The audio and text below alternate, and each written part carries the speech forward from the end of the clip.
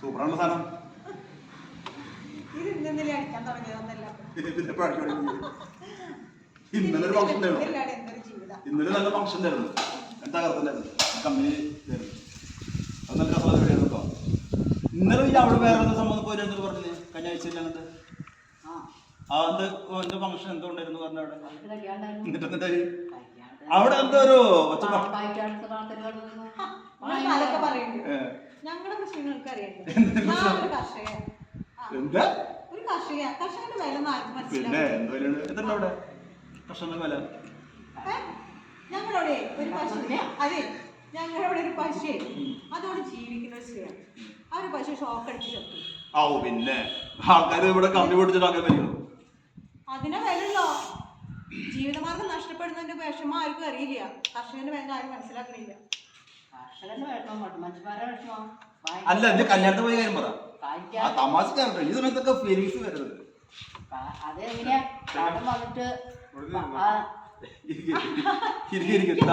ഞങ്ങൾക്ക് ഒരാളും കൂടി വേണം ചുറ്റി നോക്കിയിരിക്കാണ്. എനിക്ക് എന്നിട്ട് കഥ പറ. കല്യാണത്തിന് പോയിട്ടെന്താ അവിടെ വഴക്കും വസ്താടും ഒക്കെ ആയിരുന്നു. പാമ്പായിട്ട് ഒരുവിധ ആൾക്കാരൊക്കെ ഗ്രേസിന്റെ ഭർത്താവാണോ? പുള്ളി പണ്ട് അങ്ങനെ തന്നെയായിരുന്നു. നാളെ പോയപ്പോഴും കല്യാണ വീട്ടിൽ വരുന്ന ഭക്ഷണം കഴിക്കാന്നല്ല വെള്ളടിക്കാനല്ലേ പകലൊക്കെ ആരോട് ഇങ്ങനെ അടിച്ചു കയറ്റുന്നതൊക്കെ. എന്നിട്ട് അതിനുള്ള ആൾക്കാരുണ്ട്. അല്ലാതെ എവിടുന്ന ആൾക്കാരുണ്ടാകും. ചേട്ടാ എനിക്ക് നിങ്ങളോടൊക്കെ ആയിട്ട് വലിയ കാര്യങ്ങള്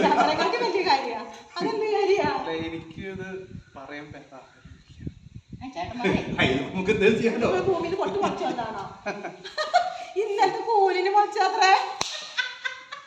പൊട്ടി മുളച്ചതല്ല, എന്റെ ഉള്ളിൽ അടങ്ങിക്കിടക്കുന്ന വിഷമങ്ങള് ഇതിലൊന്നും പറയണ്ടേ.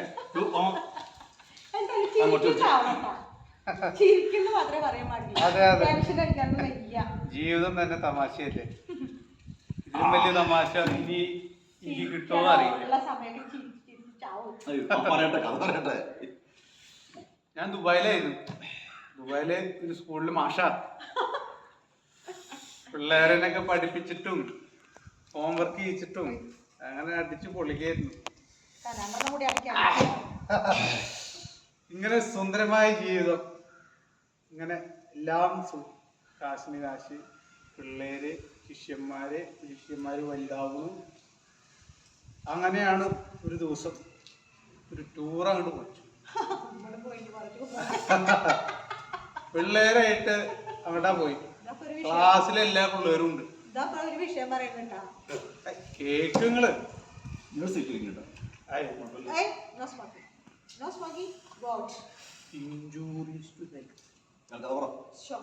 അപ്പൊ അങ്ങനെ ബസ്സില് 32 പിള്ളേരായിട്ട് ഇത് അങ്ങനത്തെ ടൂർ ആയിരുന്നില്ല. എല്ലാവരും ഉല്ലസിക്കാൻ തന്നെയാ പോണത്. പക്ഷെ ഉണ്ടായതാണ് നമ്മുടെ ട്വിസ്റ്റ് കഥയില്. അത് വേറെ ആർക്കും ഉണ്ടായിണ്ടാവില്ല. അത് എനിക്ക് മാത്രമേ ഉണ്ടായിട്ടുള്ളൂ. ഈ ഭൂലോകത്ത് ഞാൻ തന്നെയായിരിക്കും അതിന്റെ ഗിന്നസ് വേൾഡ് റെക്കോർഡ്. അതെ, ഒരു ടൂറാണ്ട് പോയി. ടൂറ് മരുഭൂമിയിലാണ്. മരുഭൂമി കാണുന്ന പോലെയല്ല, മണല, നല്ല കൊടുങ്കാറ്റും. എങ്ങനെ ഉണ്ടാവും? കൊടുങ്കാറ്റ് ആഞ്ഞടിച്ചിട്ട് അവസാനം അതൊരു ദുരന്തമായി മാറി.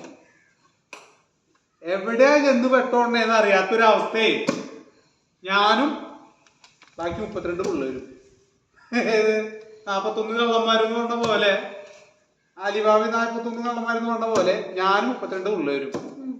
ഡ്രൈവർ സ്പോട്ടിലാ പോയി. പിന്നെ ഞാൻ ഈ 32 എണ്ണത്തിനെ കരച്ചിൽ നിർത്തണം. ചുറ്റുവട്ടത്ത് ഒരാളുമില്ല, ഒരു മനുഷ്യ കുട്ടിയില്ല, ഒരു ബിൽഡിങ്ങും ഇല്ല. പൊളിയല്ല നടന്നത്, സത്യമായിട്ട് നടന്നത്.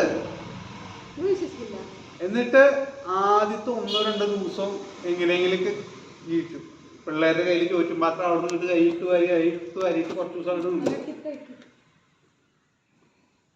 കൂടുതൽ എന്നിട്ട് എന്തുണ്ടായി? ഒരു ദിവസം ചെല്ലുന്തോറും പിള്ളേരുടെ വിശപ്പ് കണ്ടുപോകും. പിള്ളേരെ മാത്രല്ല, എന്തും വിശപ്പ്. മനുഷ്യരല്ലേ, എല്ലാവരും ചാവണ്ട റേഞ്ച് വരെ എത്തി. എല്ലാവരും കൂടിയിട്ട് അവസാനം ഞങ്ങൾ തീരുമാനം എടുത്തു, ആരാണോ ആദ്യം ചാവണേ അത് ഞങ്ങൾ ഭക്ഷിക്കും. വിശപ്പിന്റെ തീവ്രത അത്ര അധികം ഉണ്ടായിരുന്നു. ഏറ്റവും വലിയ വികാരം എന്ന് പറയുന്നത് വിശപ്പ് തന്നെയാണെന്ന് യഥാർത്ഥ ജീവിതത്തിലൂടെ ഞാൻ മനസ്സിലാക്കി. വിശപ്പിനേക്കാൾ വലിയ വികാരമില്ല. ദേഷ്യത്തിനായാലും കോപത്തിനായാലും വിശപ്പടക്കാൻ വേണ്ടിയിട്ട് തന്നെയാണ് നമ്മൾ പണിയെടുക്കുന്നത്. അങ്ങനെ ഒരു കുട്ടി മരിച്ചു, ഭക്ഷണം കിട്ടാണ്ട് മരിച്ചു. എന്നിട്ട് ഞങ്ങൾ മുന്നേ തീരുമാനിച്ചതുപോലെ കയ്യറുത്തു. ഉച്ചിറ്റ് വീഴുന്ന ചോര ഞങ്ങൾ എല്ലാവർക്കുമായിട്ട് ബാധിച്ചു. അത് കഴിഞ്ഞിട്ട് അവളുടെ ഓരോ മാംസവും എല്ലാം ഞങ്ങൾ പങ്കിട്ടു. എന്നിട്ട് അവസാനം പിറ്റത്തെ ദിവസം പോലീസ് രക്ഷപ്പെട്ടു. 2 ദിവസം മുന്നേ അവർ വന്ന് കണ്ടുപിടിച്ചിരുന്നെങ്കിൽ ഒരു ജീവനെ അവർക്ക് രക്ഷിക്കാൻ പറ്റും. പിള്ളേരെല്ലാം സേഫായി. നരഹത്യക്ക് എന്നെ ജയിലിലും ആക്കി. ജയിലില് നല്ല തടവ് തന്നെയായിരുന്നു. കുട്ടിയെ കൊന്നവൻ, മാഷെന്ന പദത്തിന് അയോഗ്യനായവൻ, എല്ലാവരിൽ നിന്നും അകൽച്ച, ഒറ്റപ്പെടുത്തൽ, തീവ്രമായ ഒറ്റപ്പെടുത്തൽ, ജയിലിലും. എന്നിട്ട് അവസാനം ഒരു ദിവസം ഒരാൾ തന്നെ മാലാഖ എന്ന പോലെ രക്ഷിക്കണം. പുറത്തിറങ്ങിയപ്പോഴാണ് മനസ്സിലായത് അവര് എല്ലാ കാര്യങ്ങളും ചെയ്തിരുന്നു. എനിക്ക് അയാളെ അറിയില്ലായിരുന്നില്ല.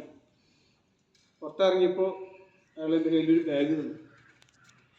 ബാഗ് തന്നിട്ട് പറഞ്ഞു, ഇത് നിങ്ങൾക്ക് ഉപകരിക്കട്ടെ, നിങ്ങളിവിടെ വിട്ടിട്ട് പോകണം.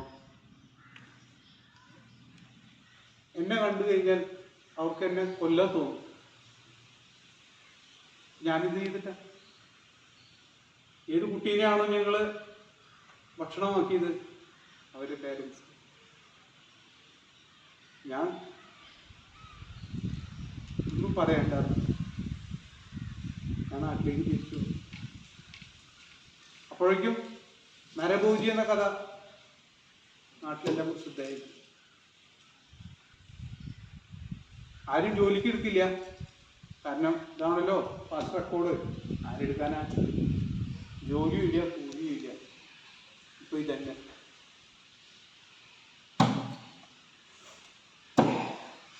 ഓരോരോ ജീവിതങ്ങൾ അല്ലേ? ജീവിതം എത്ര തമാശയാ. ഓരോർക്കും ഓരോ തമാശ. ഇപ്പോ നിങ്ങൾക്ക് ഓരോ തമാശ കിട്ടിയില്ലേ?